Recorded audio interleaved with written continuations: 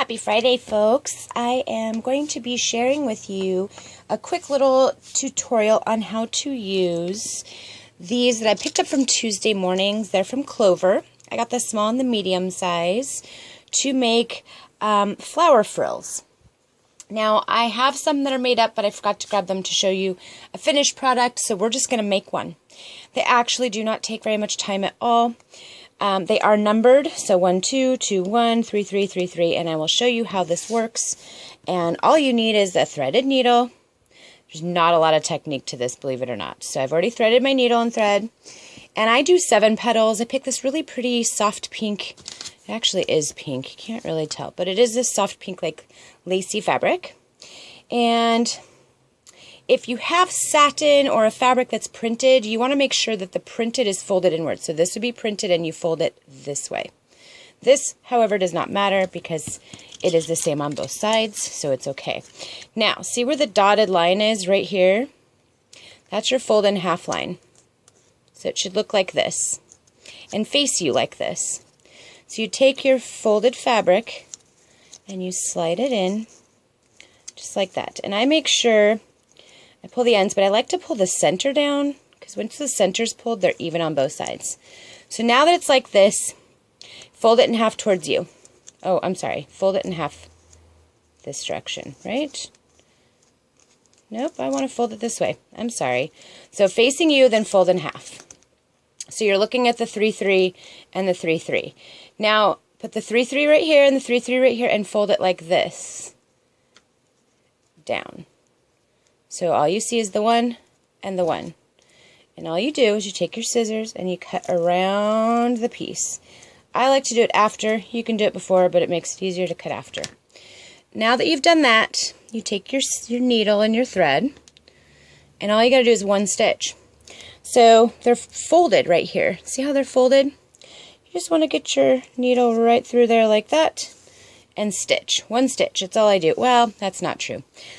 The first one I like to do a 2-stitch situation and put it back down so it stays. Okay, now unfold and fold this out and you've created your first petal. Now leave it just like that. So we'll go ahead and we will do 7. I like to do 7 to make a flower. They don't have to be, you can do as many as you want, but I think 7 makes it full. So 7 is the way to go. And these really just, I mean, I can almost do a flower in under 2 minutes if I'm not doing a video. Not bad at all. So flip it and run a stitch through. Make sure you get through all folds. Let go. And boom, you got another petal. So of course you do them all. So we're on number 3. Pretty simple, guys. I really like the Darice ones too. There's a couple of different ones that I have found at Tuesday mornings. May Larson did a really great video on using some of the ones from Tuesday mornings, but then I saw this one and I thought this one looks really fun too. And I like the frills of them because you can make them look like a carnation, or you can also open them apart and spread them apart, and you'll see you can actually add a center to them or a doily to them. On the backs of them. I mean, there's so many different ways you can make this flower, so I was really excited when I got this, and it was like $1.99, and I have 2 sizes, 2 templates, and they're cardboard. So, you know, over time, obviously, they will wear out, but they're cardboard, so I have 2 this size, and then I have 2 that are 4 inches. And, of course, I'm really fond of the 3-inch flower because it's easier to use on projects, that is for sure. And the best fabrics I've known that work well with this type of flower are the satin ones, or the ones that have a little bit of really super softness, like satin, silk, those kind. Lace would be fine too, but cotton I noticed tends to stick together on the petals and not open up as well. So I've chosen not to use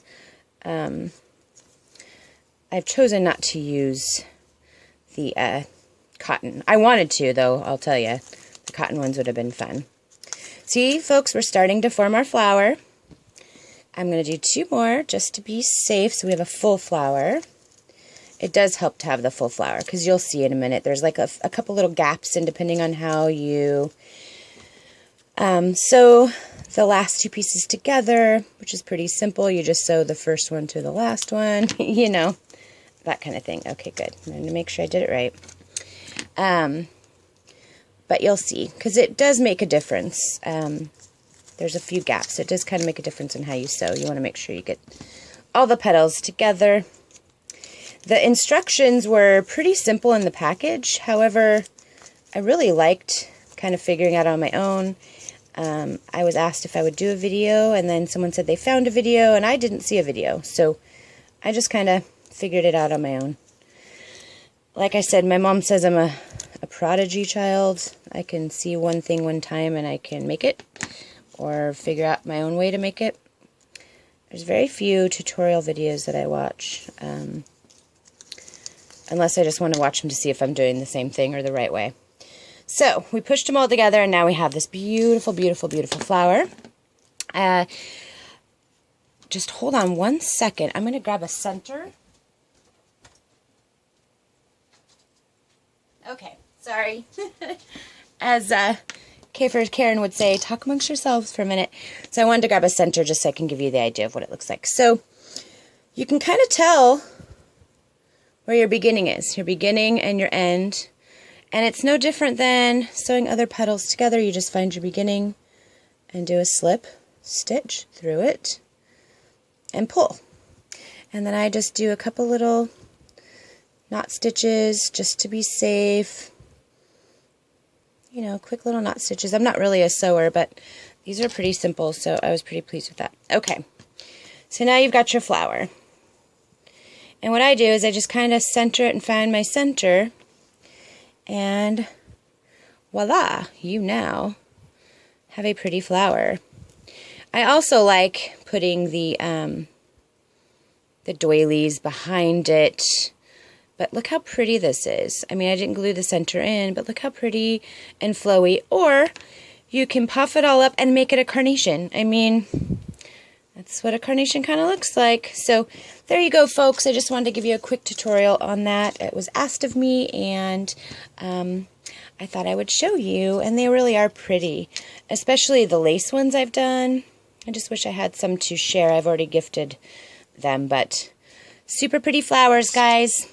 I hope you have a great weekend. Thanks for watching. Bye.